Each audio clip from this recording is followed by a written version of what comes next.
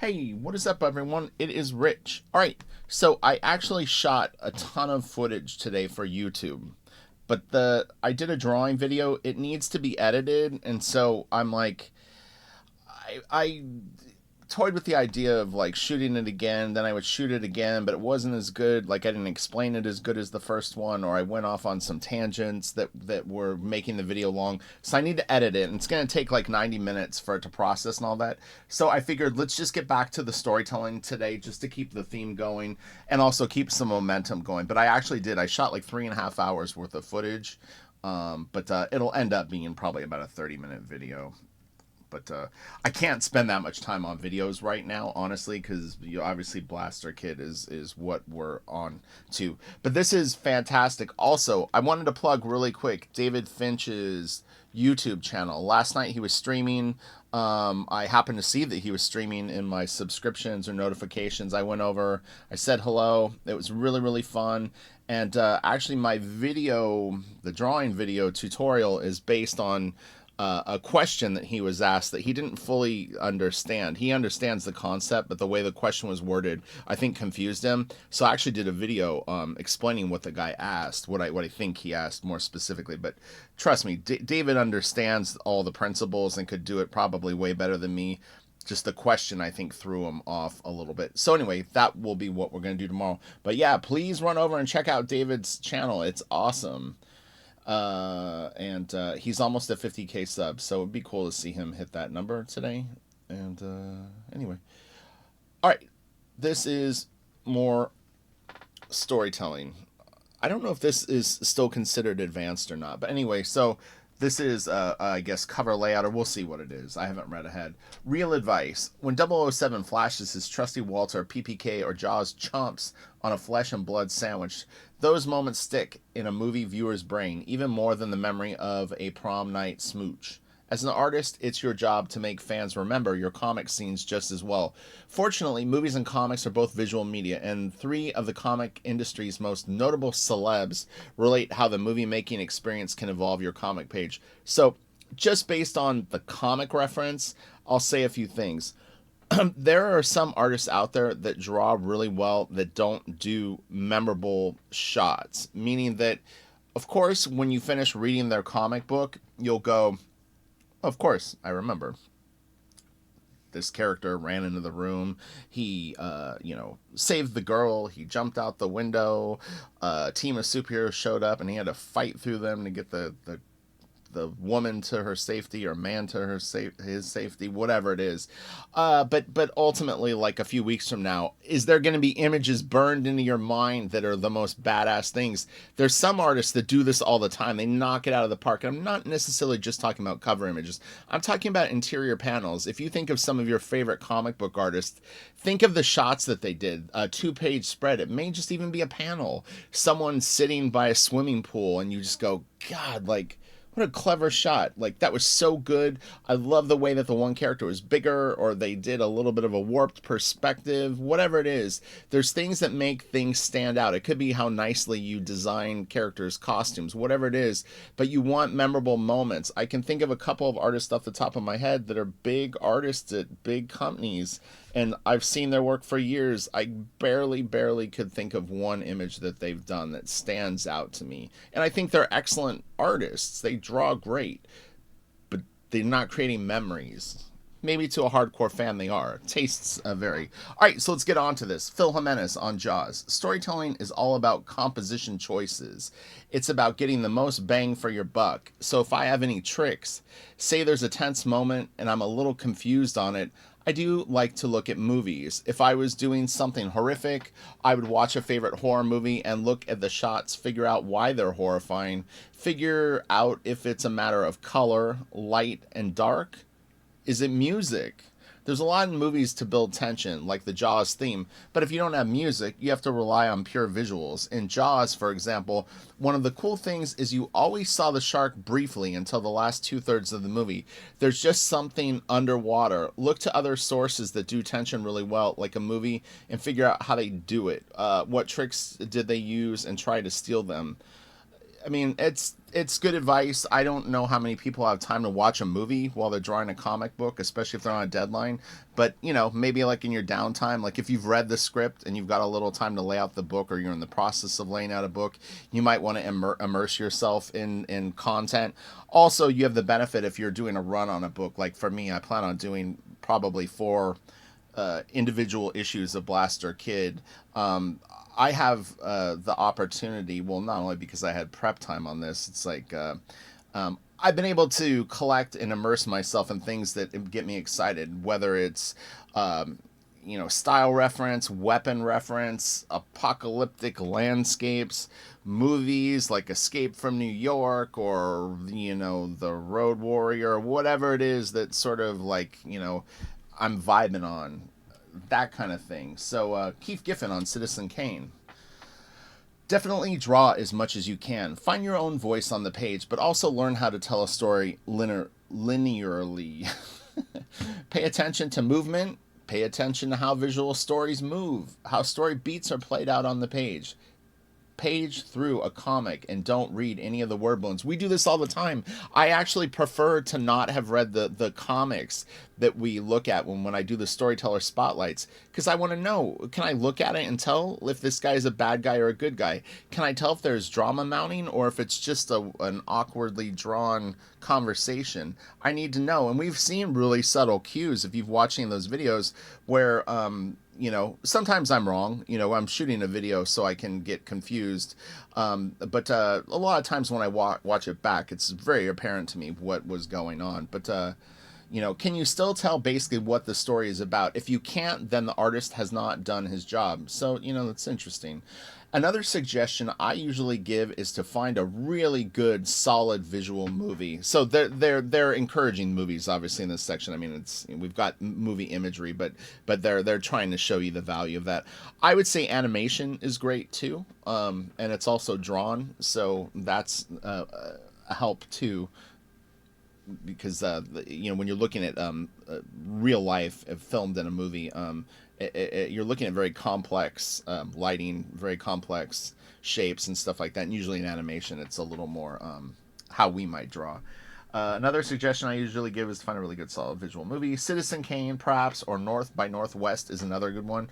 Watch it with the sound off to force yourself to pay attention to the movement, which is similar to my recommendation to listen to my videos back and see if you can flex those muscles, which is how good is your visual recall when you've watched something and listened to it? Can you see the pictures? Because that is really freaking huge. If you've seen Star Wars a million times, listen to just the soundtrack of the dialogue and picture the scenes, because even if you're inaccurate with what you're picturing, you're creating shots in your mind, and that is where your storytelling muscles will develop. So force yourself to pay attention to the movement, the composition of the scene, how the characters are placed. I would also look for ground plane, and if you can spot the vanishing points off the screen, that will be really, really beneficial to you. Where's the perspective in the shot? When to shoot past something, when to go for the long shot, how they never forget their sense of place. Okay? Gene Ha on James Bond. The most obvious mistake while laying out a tension-filled page is ramping up the action too quickly without enough setup. Take your time to make the reader care about the outcome. Let them know what good things might happen or what horrible things could happen.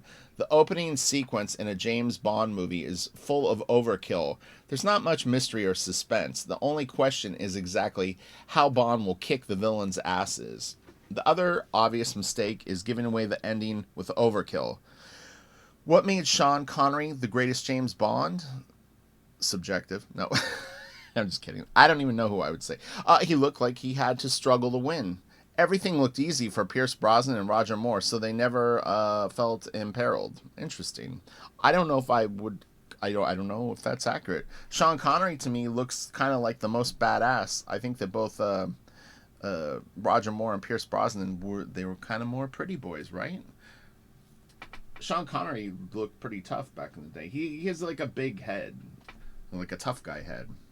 The other two guys they're more svelte. But when you got a handgun, you're good. That's what you're gonna fight. What is going on? Sorry. Oh, okay. So, I think that was the only thing. Okay, so the next chapters things that are coming up, if you guys are interested in what is chapter 2 is going to be the secrets of storytelling. So it's pacing a scene, pacing an issue, dramatic tension, emotional impact, tension and pacing. I mean, you can read it all.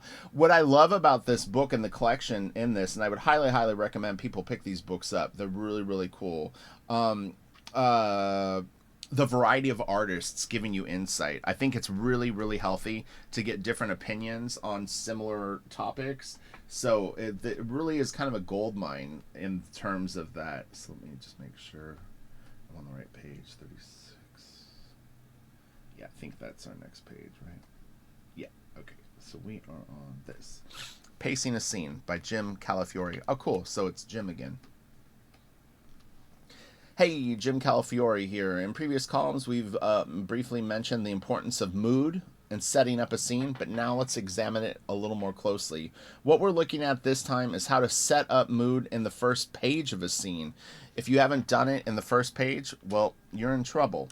There are several important components to this, camera angle and lighting being two, but what I find most important is pacing. How is the page laid out?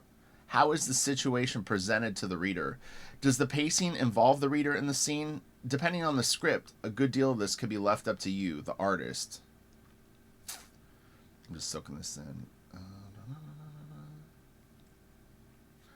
Alright, let's see.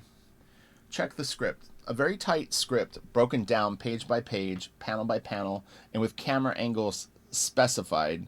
And sometimes they're just recommended. I mean, like a writer might say, I kind of picture this as like we start up above and then we're going to move the camera down and we're going to pull into the Godfather sitting behind his huge desk, but we really we want to sweep in, and then we want to create an intimidation factor where we see that he's in control of the conversation he's having as we reveal that he's actually sitting there with three people that look like they're in hot water in front of him. Something like that.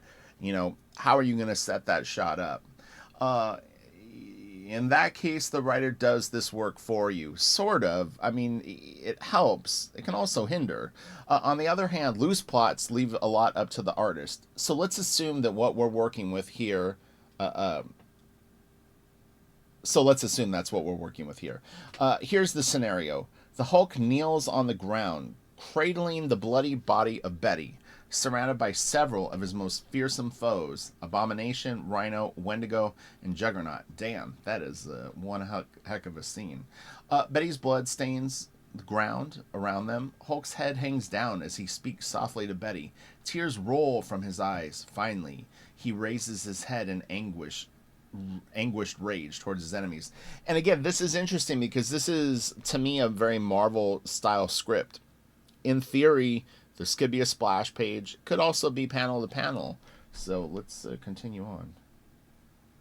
Surrounded. That is nice. He fit a lot of information into the shot. I mean, you've got gigantic characters. Wendigo, Juggernaut, the Rhino, the Hulk, and a woman that's on the ground, with blood everywhere. It's a lot of stuff to draw. One of the keys in pacing and mood is the establishing shot and how it's used.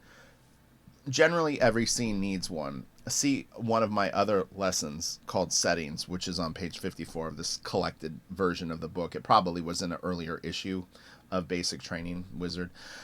But every scene doesn't use the establishing shot in the same way. Here's ours. As you can see, it has all the basic information necessary to set the scene. Now, what do we do with it? All right, let's see, Mr. Calafiore.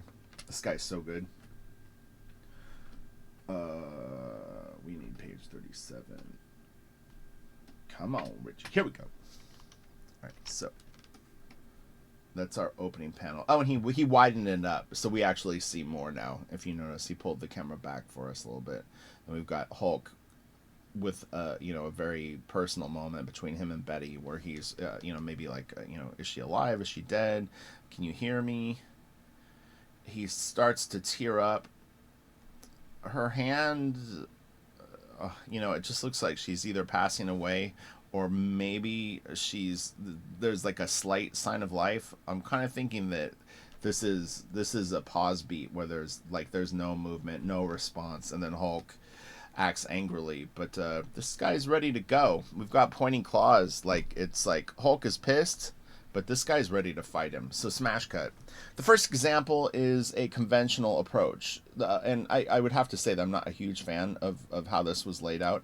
Um, so I'm glad. I think he's going to give us another example. The first example is a conventional approach. The establishing shot is the first panel, giving the reader just about all the visual information he needs when he enters the page. It's a quick start for the scene and gets the reader right into it. I consider this a smash cut method of setting the mood and pace with the information up front for clarity. The drawback here is that it doesn't involve the reader a great deal. Beyond the visual itself, the pacing doesn't compel him into the scene since it's all right there. This puts a lot of pressure on the dialogue to reinforce the mood.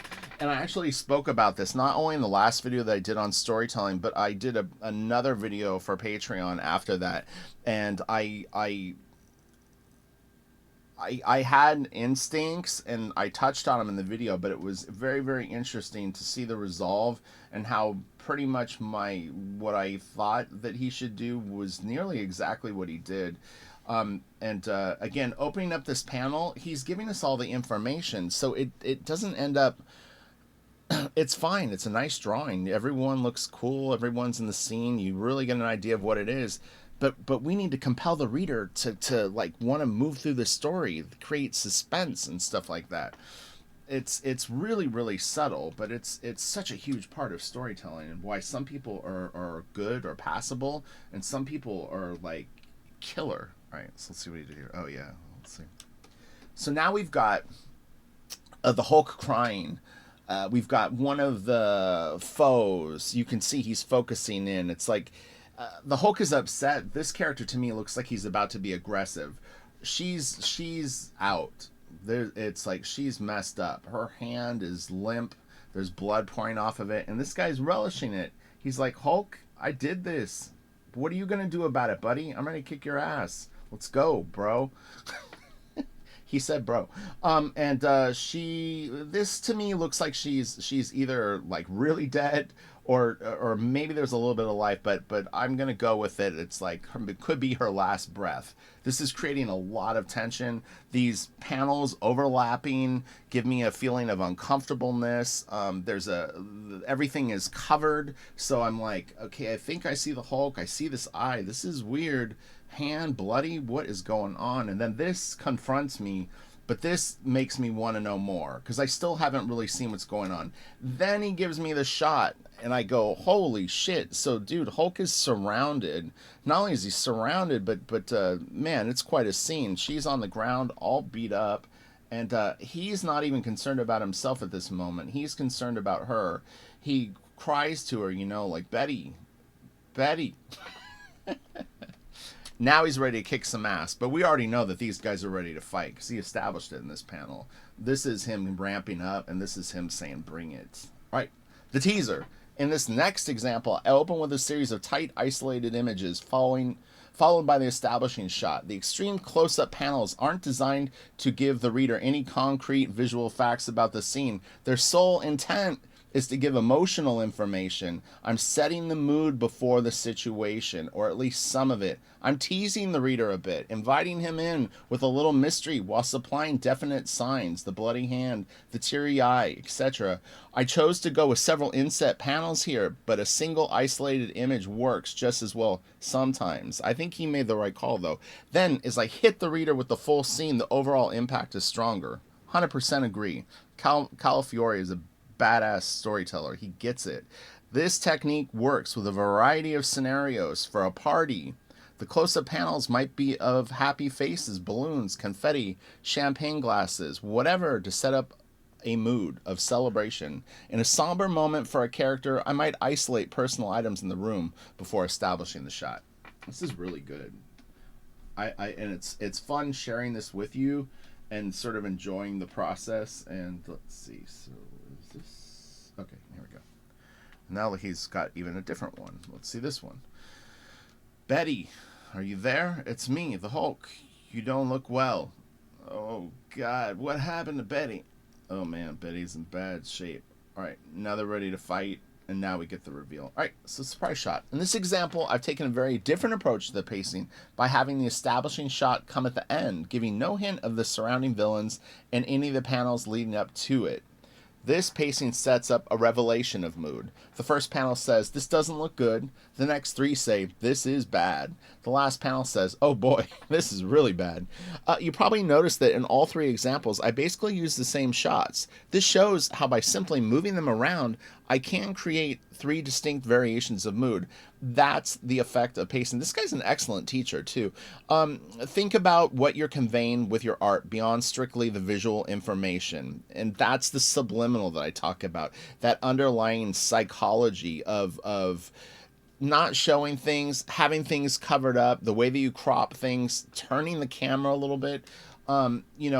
This shot is, well, I mean, he's got a little bit of a sort of angle to it, but I mean, in theory, not that this will work exactly here, but he could have even, done this and made it even more sort of like, oh man, the world is kind of spinning and things are out of sorts, but I mean, this is fine the way that it is, but you can even do things like that just by tilting your shot, even though you haven't really changed the shot. You just have it at a different angle sitting in the panel. That's an effective storytelling thing too. All right. Now we're going to look at Phil Hester talking about pacing an issue. We're just going to do these 2 pages. Then I'm going to wrap it up because I need to get going on Blaster Kids for today. My day is slipping away. All right. I've never seen what Phil Hester looks like. There he is. He actually reminds me of a friend of mine. All right, Pacing an Issue by Phil Hester. Superman, a wimp. Thor, a weakling. Galactus. Oh, wait. Superman, a wimp. Thor, a weakling. Galactus, an amateur. They're all powerful characters, but in the end, just tools at my disposal. Anytime a cartoonist puts pencil to paper and begins to lay out a story, they have the ultimate control over all that takes place on the page. Ego trip. If they're any good, they'll have control of you, the reader. The puppet master. All right. The previous pacing lesson was limited to the single scene. I'll be tackling a larger issue, how to effectively pace a longer scene. So I'm assuming that was in another. I just want to double check really quick. It's 41. This is page 40. Yeah, okay. So it must have been in a previous issue.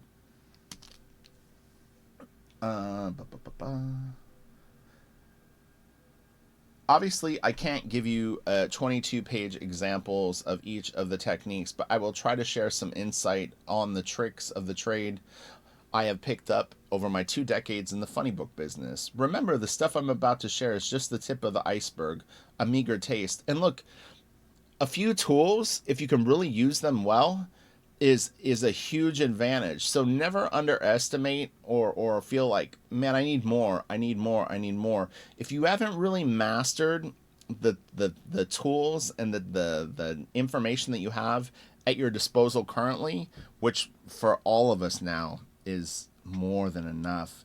You could be on YouTube literally for 5 lifetimes and not get through all the art lessons that are up there, Learn the shit that you have that you need to address right now. This is what I've been telling my patrons.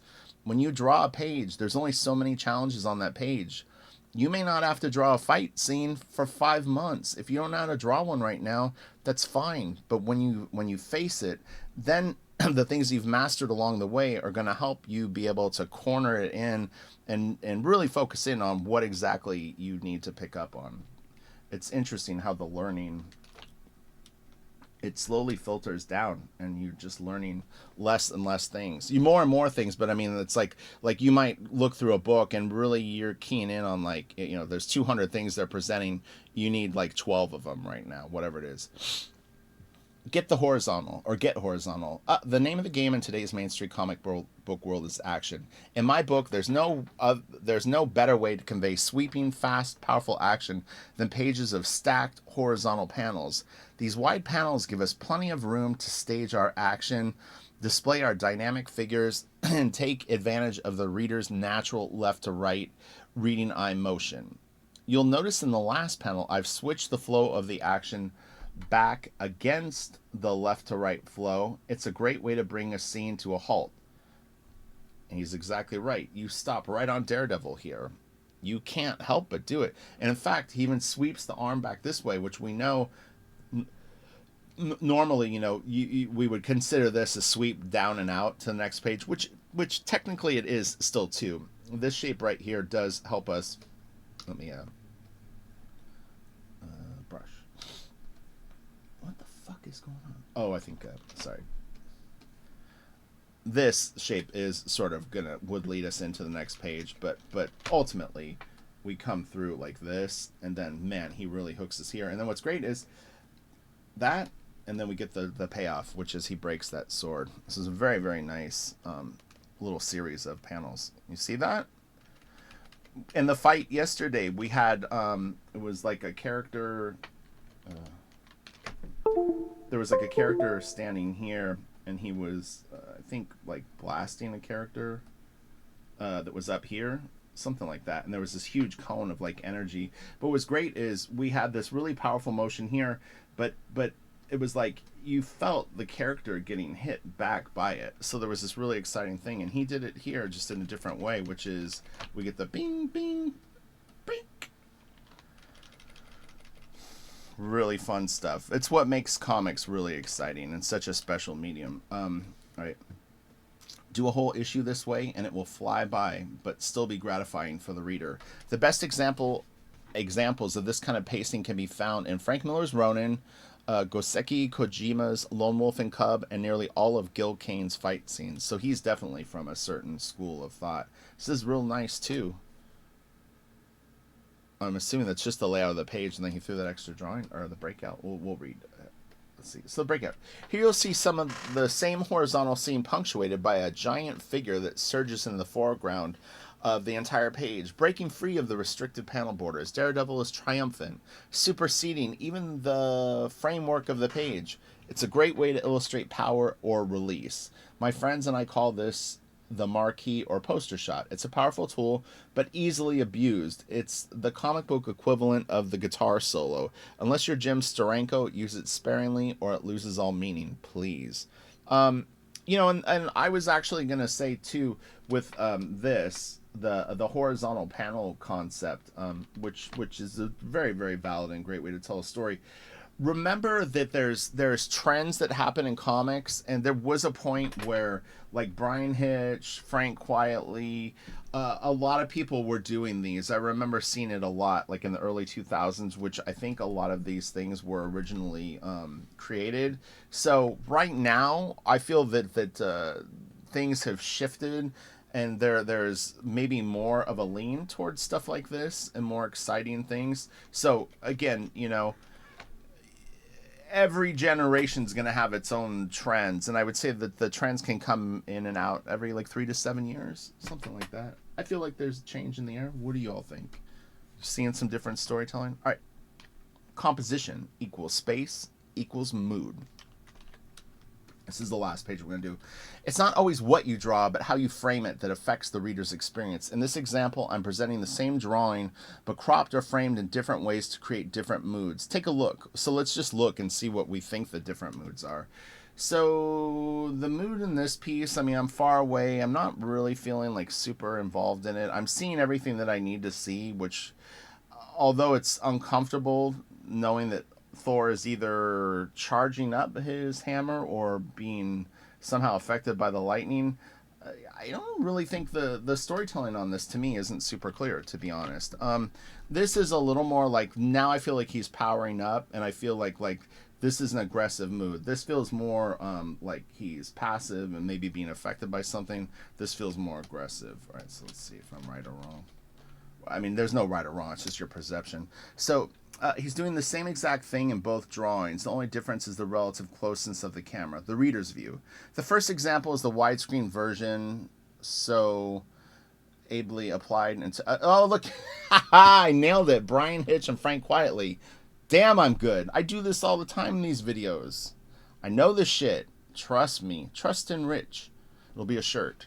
Pulling back from a scene of pure power can provide scope and a level of detachment. I felt detached. It's an ism. No. that lets the reader soak in the immensity of the event. I don't really feel like it's that immense with the camera pulled back there, to be honest. And the parallel straight up and down the building, this is very, very calming to me. This doesn't feel, I mean, if he would have literally just turned the shot like this and had Thor at a different angle, it would have actually been a little bit more intense. But yeah, the straight across buildings, I mean, this just really creates a sense of calm and placement to me, where this doesn't. But I'm so far back, I'm not feeling any sort of intensity. The second panel is the same image, but in Kirby vision. In this version, you are inescapably immersed in the action. You are not an observer, you are a participant. Something cosmic is about to go up inside your head. Again, all that changed was how close we were to the action. So both very nice drawings, totally different characteristics to them. And, you know, Hester's got his style. And so, you know, things like this that maybe I would have done differently, there's no right or wrong. It's Phil's art. Who am I to say? This is how he saw it. Space implies disposition. All right.